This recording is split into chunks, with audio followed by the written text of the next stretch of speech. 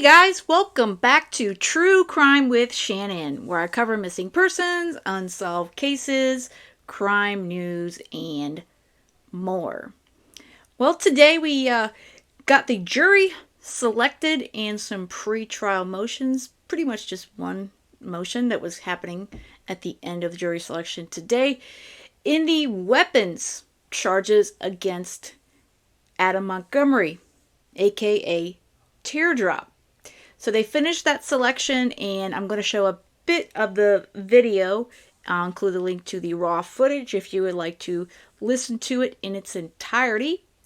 Again, just to remind everyone, Adam Montgomery is charged with being an armed career criminal and being a felon in possession of a firearm. So today they had a pool of more than 100 prospective jurors who listened as Judge Amy Messer asked them if they had any conflicts or they could sit impartially in the case. They went through the potentially 60 witnesses to make sure they didn't know anyone. And they mentioned Kayla Montgomery, of course, because she is a star witness against her estranged husband there, Teardrop. They're stating the trial is expected to last from 5 to 7 days. So tomorrow's Thursday, so they'll probably wrap up by the end of next week, probably. And they have now a total of 12 jurors, 3 alternates. And it's not about, the judge reiterated to this jury that it's not about the death of Harmony Montgomery, because that really is something that I could tell you every single one of them probably is completely aware about. This is New Hampshire, so it may not be as known in other states and such, and of course those of us that watch and listen to true crime. And she wanted to remind them that due to all the coverage being so significant against Adam Montgomery and his daughter Harmony, that she did not want the jurors to put that into this case. This is a weapons charges, and to not be exposed to any further media coverage related to anything to do with Adam Montgomery, basically. And she went over a bit of that, and I will play a bit of that as well. So the convictions on the weapons charges, if he's found guilty, could keep him in prison for 70 years. News 9 investigates learned that investigators offered Adam, Mr. Teardrop, a deal in exchange for the location of Harmony's body. But he did not accept. Yeah, what a turd, huh? Yeah, he if it doesn't benefit him, he doesn't care. And I gotta tell you, it's all about him. And we all know he could care less. And the same thing with Kayla. The only reason she made a deal is because it's about her. So, it's unfortunate. I really wish he would talk or she would talk, because I'm pretty sure that she knows as well. So let me play a bit of the raw court coverage, the feed this morning. Well, actually, this is from this afternoon, once the jury was selected, and she read off Adam's charges and a bit of instructions to them. Members of the jury, I'm going to ask you to please stand while I swear you in. So if you would stand up again. Sorry about that. And Mr. Montgomery, would you please stand and face the jury? Thank you. Ladies and gentlemen, if you would raise your right hand at the conclusion of the oath, please say, "I will." You so solemnly swear or affirm that you will carefully consider the evidence and the law presented to you in this case, and that you will deliver a fair and true verdict as to the charge or charges against the defendant, so help you God. Amen. Thank you. Ladies and gentlemen, you can be seated now. Mr. Montgomery, please remain standing. Members of the jury, I'm going to read you the charges in this matter. There are 6 charges, and these are in Superior Court Docket 216-2022, CR 5577. The first is charge ID 2008742C, and this states that Adam Montgomery, between approximately September 29th, 2019 and October 22nd, 2019, at Manchester in the county of Hillsborough aforesaid, did commit the crime of armed career criminal, in that Adam Montgomery did knowingly have in his possession or under his control a shotgun, having been convicted of any combination of 3 or more felonies in this state or in any other state under the applicable law. said acts being contrary to the form of the statute in such case made and provided and against the peace and dignity of the state. The next charge is charge ID 2008743C, and this states that Adam Montgomery, between approximately September 29th, 2019 and October 22nd, 2019, at Manchester in the county of Hillsborough aforesaid, did commit the crime of armed career criminal, in that Adam Montgomery did knowingly have in his possession or under his control a rifle, having been convicted of any combination of 3 or more felonies in this state or in any other state under the applicable law. Said acts being contrary to the form of the statute in such case made and provided and against the peace and dignity of the state. The next charge in this matter is charge ID 1964101C, and this states that Adam Montgomery, between approximately September 29th, 2019 and October 22nd, 2019, at Manchester in the county of Hillsborough aforesaid, did commit the crime of receiving stolen property, in that Adam Montgomery purposely received or retained the property of another, to wit, a shotgun firearm belonging to CF, knowing that it had been stolen or believing that it probably had been stolen, with a purpose to deprive CF thereof. Said acts being contrary to the form of the statute in such case made and provided and against the peace and dignity of the state. The next charge is charge ID 1964100C, and this states that Adam Montgomery, between approximately September 29th, 2019 and October 22nd, 2019, at Manchester in the county of Hillsborough aforesaid, did commit the crime of receiving stolen property, in that Adam Montgomery purposely received or retained the property of another, to wit, a rifle firearm belonging to CF, knowing that it had been stolen or believing that it probably had been stolen, with a purpose to deprive CF thereof. Said acts being contrary to the form of the statute in such case made and provided and against the peace and dignity of the state.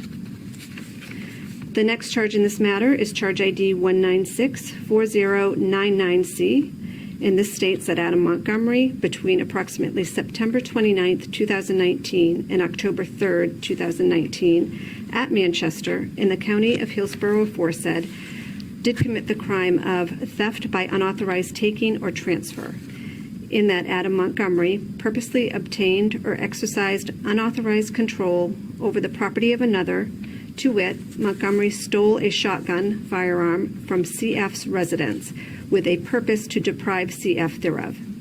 Said acts being contrary to the form of the statute in such case made and provided and against the peace and dignity of the state. And the last charge is charge ID 1964098C, and this charge states that Adam Montgomery, between approximately September 29th, 2019 and October 3rd, 2019, at Manchester in the county of Hillsborough aforesaid, did commit the crime of theft by unauthorized taking or transfer, in that Adam Montgomery purposely obtained or exercised unauthorized control over the property of another, to wit, Montgomery stole a rifle firearm from CF's residence with a purpose to deprive CF thereof. Said acts being contrary to the form of the statute in such case made and provided and against the peace and dignity of the state. Ladies and gentlemen of the jury, the defendant, Adam Montgomery, has been arraigned on these charges, and he has pleaded not guilty, and of this he puts himself upon his country for trial, which country you are. Assistant Attorney Generals Benjamin Agati and Christopher Knowles for the state have joined the issue, and you are to say by your verdict if the defendant, Adam Montgomery, is guilty of the crimes wherever he stands indicted or not guilty. Hearken to the evidence. Thank you. Mr. Montgomery, you can be seated.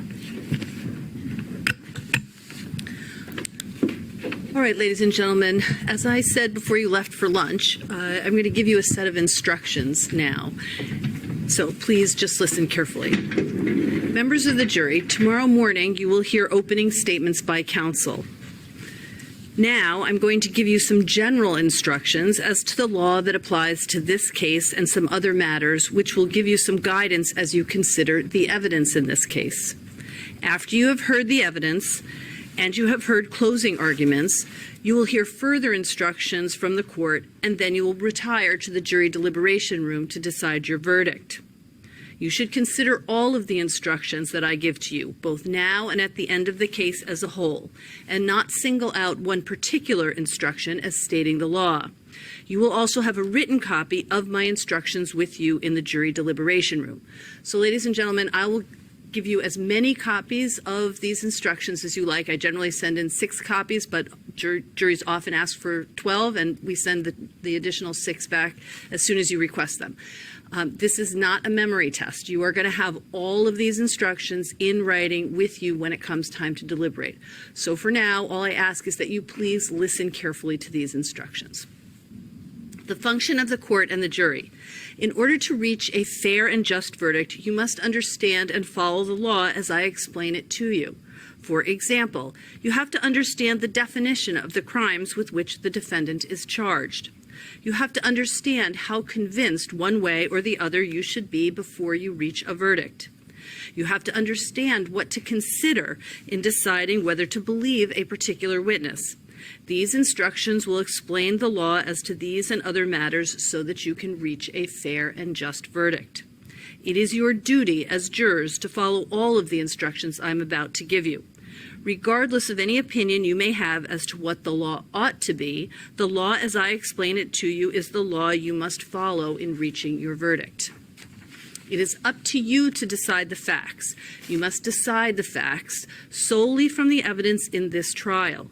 You must apply the law given to you in these instructions to the facts and in this way reach a fair and just verdict. You should decide the facts without prejudice, without fear, and without sympathy. You should decide this case based solely on the evidence presented and the law as I explain it to you. The evidence in the case. In deciding this case, you should consider only the evidence in the case. The evidence consists of testimony under oath of the witnesses, exhibits which have been admitted into evidence, facts of which I take judicial notice, and stipulations of certain facts. In short, you should consider only the legally admissible evidence in deciding this case. That is, the testimony of the witnesses, the exhibits, stipulations, and facts of which I take judicial notice. The indictments are not evidence. The fact that the defendant has been arrested and indicted is not evidence of guilt. The indictments are simply a way of giving the defendant notice of the charges. The indictments are a formal way of accusing the defendant of a crime in order to bring the defendant to trial. You must not consider the indictments as evidence of guilt.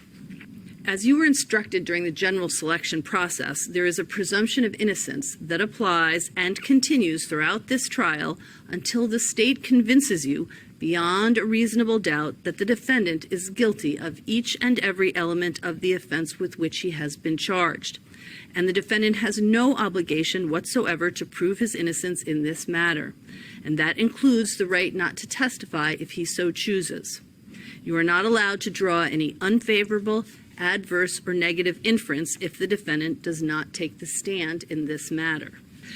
I did learn through one of our court officers that one or more of you may have been approached outside as you were coming into the building by somebody asking if you were involved in this trial. I very much appreciate it. It's my understanding that there was no communication with that person, which is just as it should be. If you should see that person in the courtroom or otherwise, please let our court officers know. Should that happen again, please do let our court officers know. We do want this to be a safe and comfortable experience for everybody. So please, if there's anything unusual, feel free. We appreciate you letting us know so that we can make sure there aren't any issues going forward. So that was a bit of some of the instructions to the jury. That is, the actual jury has been set. And like she said, they're going to start at 9 a.m. tomorrow, which is Thursday. And now they're going to get into some motions and things with the attorneys. So I just want to address the reconsideration motion on the testimony related to Joshua Zimmerman.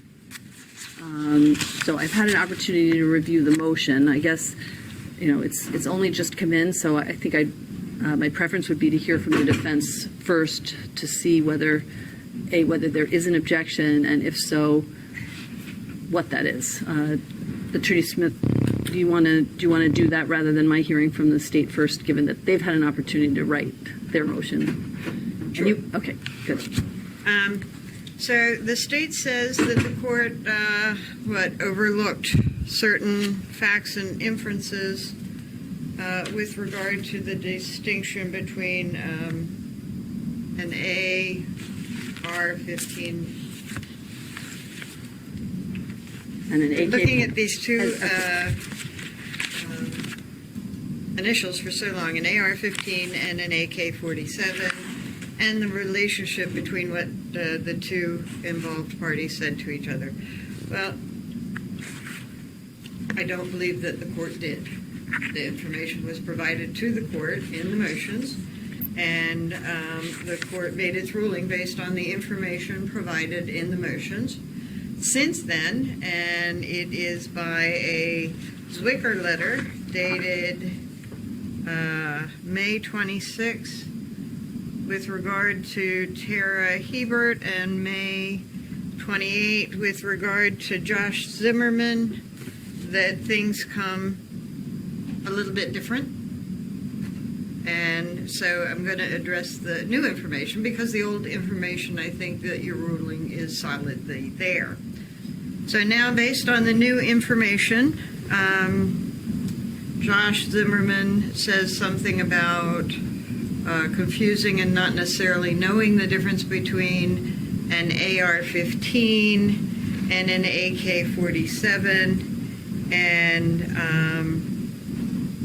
there is reference in the motion about him talking about guns being in the walls. And I think that is actually probably one of the most important parts of the new information.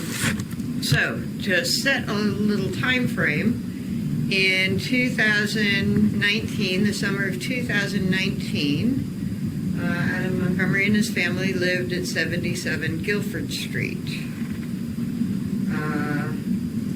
In January of 2020, they lived at Families in Transition until they moved to Union Avenue on March of 2020. So Josh Zimmerman talks about conversations with Adam in his original statement that was given in November 26, 2022, that he didn't talk to Adam when Adam first moved in to Union Avenue, and that perhaps they started talking about 6 months later. He said at that I'm sorry, time, can you just say that he moved into Union Ave when? March of 2020. So that fit for about 3 months? Yes. And then moved, okay, go ahead. He started talking about 6 months after they moved in. He said Adam seemed sober. But about a year later, Adam became more open with Josh. And it's not clear if that's the year from when he moved into Union Avenue or the year from 6 months when they started talking, but it really doesn't matter. He said that he believed that Adam was using drugs based on his erratic behavior. And one of the things that he talked about with regard to the erratic behavior is that Adam often talked about the ATF and believing they were looking for him. And he also stated that Adam informed him that he tore down the walls because he thought the ATF was looking for him. And at that time, the firearm that Josh was talking about specifically was an AK-47.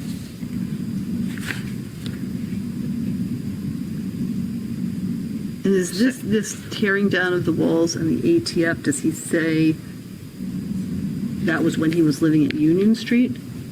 He does not, which is what I'm about to make. The next connection to why it would be Union Street is, and I'm sorry, I have to...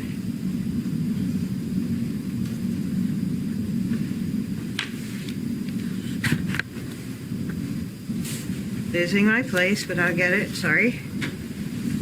Okay, so then there's Miss Hebert's Zwicker letter. And Miss Hebert is the one that said she recalled an incident at the end of the time period that defendant Kayla Montgomery lived at 644 Union when he became paranoid of cars passing by or in the shared parking lot with Orange Street being members of the ATF. And she goes on to talk about some of his paranoid behavior. So, the connection between the ATF and Josh's description of the walls appears to be near the end of the time that they were at 644 Union Avenue. How long did they live there? Adam lived there until March 2021, March or April 2021.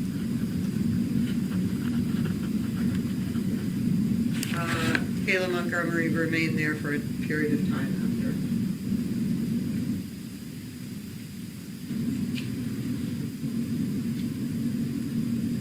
So, in my, it was actually my original motion about other firearms that you made the order on with regard to Josh and Tara.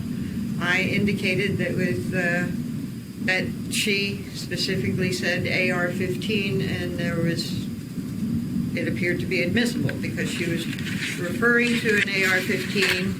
I couldn't say that it was otherwise. But at that time, if I remember correctly, that she was saying that it was at 77 Guilford Street and it was an AR-15. Correct, which is 77 Guilford Street is where they lived when these allegations occurred that do involve an AR-15. So is it your view, having read the Zwicker letter and the information that's been provided, that there was a separate conversation with Hilbert and Zimmerman and the defendant related to the paranoia about ATF or concerns about ATF and the Union Street I will tell you address? The charge on the AK-47 arises out of the time period that they were in Union Street, and I can't remember if it's 507 or 509, which the charge is, but it is one of the other charges while they were at Union Street. And yes, I think what two people are talking about is trying to recall conversations in the past, and Josh recalled a conversation about an AK-47 and about paranoia of the ATF. Tara Hebert also recalls his paranoia about the ATF, but that is separate. There is nothing that says that these two conversations are the same, because in fact they talk about they would sometimes get together with the kids for a barbecue. When I think it's Hilbert, right? When Hilbert, in her statements, does she talk about conversations with the defendant, more than one conversation with the defendant? Yes.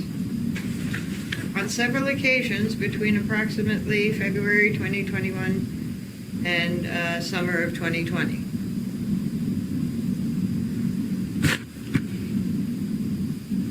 You said summer of 2020 and February 2021. I'm sorry, I didn't mean to say 2021. I said February 2020 and summer 2020. You may have said that. I may have misspoke. Okay. She says there were several conversations. Yes, and as I said, Josh Zimmerman also indicated that he didn't really talk to Adam until about 6 months after they moved into Union, and that it was maybe a year later from that he had any conversations with Adam about guns, and that there was the paranoid behavior with the ATF, that he talked about the ATF believing that he was looking for them. This is while they're at Union Avenue. And he informed Josh that he tore down the walls because he thought the ATF was looking at him. That is Josh's reflection to guns at the time. Tara also talks about the paranoia of the ATF and refers to Union Avenue. Josh has not made it any more or less that he is talking about the AK-47. The fact that second time around talking to the police state, it was a Zwicker letter, so I assume it was the attorneys. He recalled AK-47. Probably when confronted, AR, AK, I don't know. But when he was talking to the police, it was the AK-47. And the paranoia and the walls was about the ATF while they were at Union Avenue. That's a completely different scenario. So, I mean, to me, it's less material. I mean, that, whether, I mean, it's possible if they were talking about the same thing, the same location and the same time frame, whether it was, whether he was mistaken and was sure the type of gun, doesn't alone carry the day. What I'm trying to assess, and I'm going to look to the state, because the state, in their most recent motion for reconsideration, has a different view of, it's at least the way the state puts it in their motion, that the Hilbert and Zimmerman conversation is, it looks like you're arguing that conversation is one conversation that happened, that everyone was clear that it was at Guilford Street, that it was about what happened at Guilford Street, that Hilbert knew it was an AR-15. He wasn't sure exactly what gun it was, but that it was the same conversation as she refers to about 77 Guilford Street, which is very different from what I'm hearing from the defense. So let me look to the state. And Attorney Knowles, I'm going to tell you I want clarity, so I don't want there to be confusion. If this came from a May 26th, May 28th statement, because, when I read the motion for reconsideration, I looked to see, did I overlook those facts? No, those facts weren't there. I wondered where they came from. So now it's clear that they've come from more recent questioning that's been done of him. So I just want to be clear. Let me just clarify one thing, since I'm the individual who wrote both of those letters. Those do come after meetings. They were not done they were last week as we were getting ready for this. Some of them I did not get done until Friday night. That's fine. I just, it made it looked like it wasn't clear from the reconsideration exactly where that additional information, and that it was new information. It wasn't entirely overlooked. One thing I will say, I apologize for stepping over Attorney Knowles' toes because he's the one who wrote the motion. But one thing with regards to just clarifying for the facts, you are correct in that the state's assessment of the conversations that we're talking about here between Tara Hilbert and Josh Zimmerman, Tara Hilbert had said that Josh Zimmerman was present for these conversations. But defense is also correct when they state that both of these individuals said that they were conversations, plural, not singular. So you are correct in terms of the state doesn't feel that it's clear that this is one particular conversation, but that both people were present, both Tara Hilbert and Josh Zimmerman were present. But the defendant is correct in that these witnesses' original statement said that this was conversations, plural, that they had with Mr. Montgomery. So I just want to make sure that that's clarified. I apologize to Attorney Knowles. Okay, well, so I want to make sure I understand this. So when you speak to them now, because what I'm really looking for in making these decisions is essentially, I think you need to make an offer of proof as to what these witnesses would say before I rule on whether or not that information is admissible, right? So I want to be clear about something. If you ask Josh Zimmerman, did you have a conversation with Adam Montgomery about guns at Union Street versus Guilford Street? What would he say about, was he clear? Is he clear about? I can say that in that prep, I did not ask him that question, saying that this conversation that you had with the defendant about what you're saying is the AK or it could be the AR, you're not too sure, you've made it clear that you don't know the difference between those two guns, it's fine. I did not ask him whether that was from the defendant's time living on Guilford Street or Union Street. I'm more than happy to do so. I'm sure we can get him and get an answer for that, but I cannot tell you that he has made a definitive statement that it belongs to one of those locations because I did not ask him that. So then let me just ask you. I mean, don't you agree that if we're talking about whether he had a AK-47 at Union Street, and he's clear, thinks it's an AK-47, it was at Union Street, and it wasn't when he lived at Guilford Street back in 2019, then it's 404B evidence which should be excluded, as I determined in my original order. If that is the statement of Josh Zimmerman saying that that is his understanding that it was from a Union Street, the time that the defendant was living on Union Street, I do not disagree with that, Your Honor. I'm just saying, right now, I don't have that definitive answer. We've not asked him that question as to what the timing was. The fact that they had a conversation, and also with Tara Hilbert saying that Mr. Zimmerman was present for those conversations, we felt that that was sufficient to bring it to the court's attention to say that we believe this could be the same moment and allow the question to be asked of him. Did the statement get asked? If you would prefer that we have a moment with him prior to him, certainly not mentioned in the opening statements, but a moment with him prior to the jury being called in, so that there can be a colloquy with the court and with defense counsel to be able to ask a couple of questions of him to clarify, does that mean Union Street or does that mean Guilford Street, or was there any sort of delineation that the defendant gave you about where he was living at the time? I think that would be proper, but again, I don't want to say specifically it's one or the other because I didn't ask the question. My view essentially remains the same as my view in my original order, which is that if we're talking about a completely different firearm at a completely different time, then it is 404B evidence.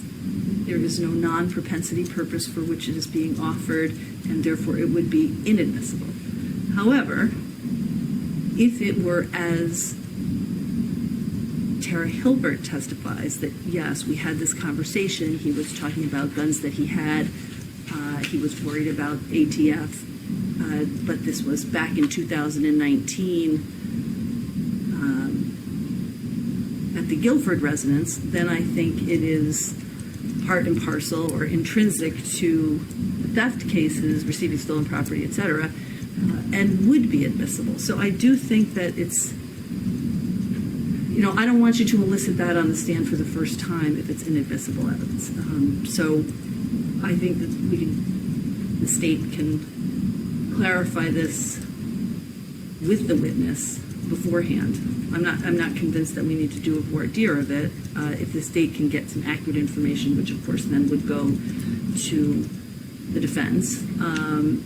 And Attorney Smith, what I would say is, you've heard essentially the ruling is essentially the same as what I ruled with regard to Tara Hilbert, which is that if it is sufficiently connected to the charges in this case, even if he can't say with specificity, I know it was an AR-15 versus an AK-47.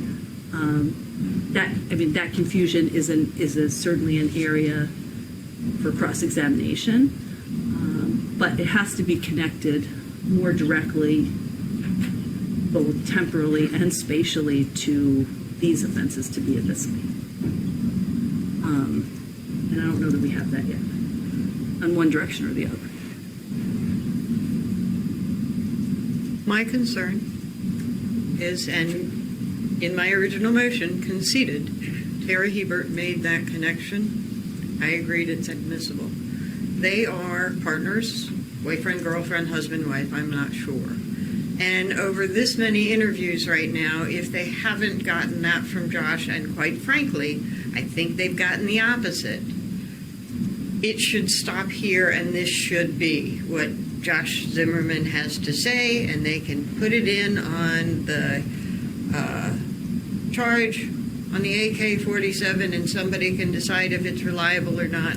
But at this point, no. I mean, my motion was filed, and responses prior to them talking to Josh Zimmerman. I don't think that they should have an additional opportunity.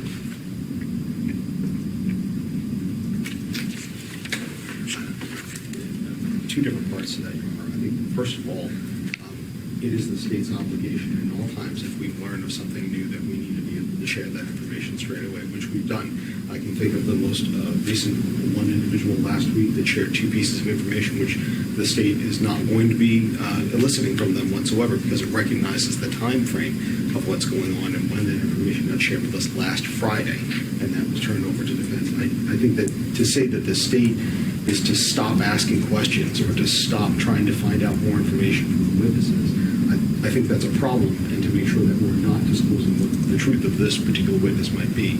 Separately from that, even if in this particular case that Josh Zimmerman, if he comes back and says that rifle was from Union Street and not from Guilford Street, he would still be allowed to at least testify that he had a conversation with Adam Montgomery about guns and about his paranoia of the ATF being after him. Obviously, as you said, the AK would not be relevant because that is a separate 404B matter. But to now try to delineate that the paranoia is separate from one to another, that doesn't make sense. I'm sorry, it just doesn't make sense. Here, Well, it has to be, but that paranoia and that conversation has to be connected to these firearms, right? Otherwise, it is just propensity evidence. which is what Tara Hilbert would testify to. I've ruled that her testimony is admissible for that reason. But I think absent making that connection of that Zimmerman's testimony would be as connected to the firearms that are at issue in this case in conversation, which is what I ruled in my original order. That ruling still stands. And I certainly understand that with regards to the firearm, Your Honor, but with regards to the paranoia, are we now requiring that the defendant had told the particular reasons why he was paranoid from the ATF for that to be admissible? What's well, again, I think Because both witnesses would testify that he was paranoid that the ATF was after him and that was coming after him. Tara Hilbert's understanding of that is because of these firearms from Guilford Street, the AR-15. The Joshua Zimmerman, again, we've had the conversation with the firearm itself, but still the fact that he's paranoid of the ATF coming after him and that he's in fear of them because of possession of weapons, I still think that's relevant for 2 different reasons. One, to be able to show a guilty mindset for having stolen firearms, and second of all, I certainly also think that it's corroborative testimony that his conversation and his fears to Tara Hilbert are the same fears that he talks about with Joshua Zimmerman, so that's corroborative of her and with the evidence of that as well. I think to the extent that you can connect that conversation to the same time period, there has to be some temporal or spatial relationship between his testimony in that regard and these firearms. So if what he says is clearly overlaps with what she says, other than whether it's an AR-15 and an AK-47, then I think, yes, it would be admissible. But if it's just, I had a conversation with Adam Montgomery, 18 months after all of this occurred, where he seemed paranoid about the ATF, then that was it. It wasn't connected to the Guilford Street address. It wasn't connected in time. Then no, I don't think so. But it needs to be connected in some way, and it doesn't necessarily have to be. He doesn't have to, connect every dot, but those dots need to be able to be connected. Otherwise, I think it is just propensity evidence. Do you feel that way with regards to it being a connection to show Tara Hilbert's credibility about these conversations having taken place? I think that can connect the dots. Okay, but I think absent that, then no, I don't think it's admissible. I do think that they can continue to speak to their witness. And, obviously, every inconsistent statement, Attorney Smith, is a statement that I would anticipate that we would cross him on. But I think they have statements from him that are somewhat connected. But if they don't connect those dots, then I'm going to continue to find it inadmissible. And I don't want that. And I don't, Attorney Agati, want that to happen on the stand. Yes, So understood. Well understood. Okay, and any additional statements that you learn, you will immediately turn over to the defense. Yes. So I'm going to defer ruling on this. I think if they're not connected,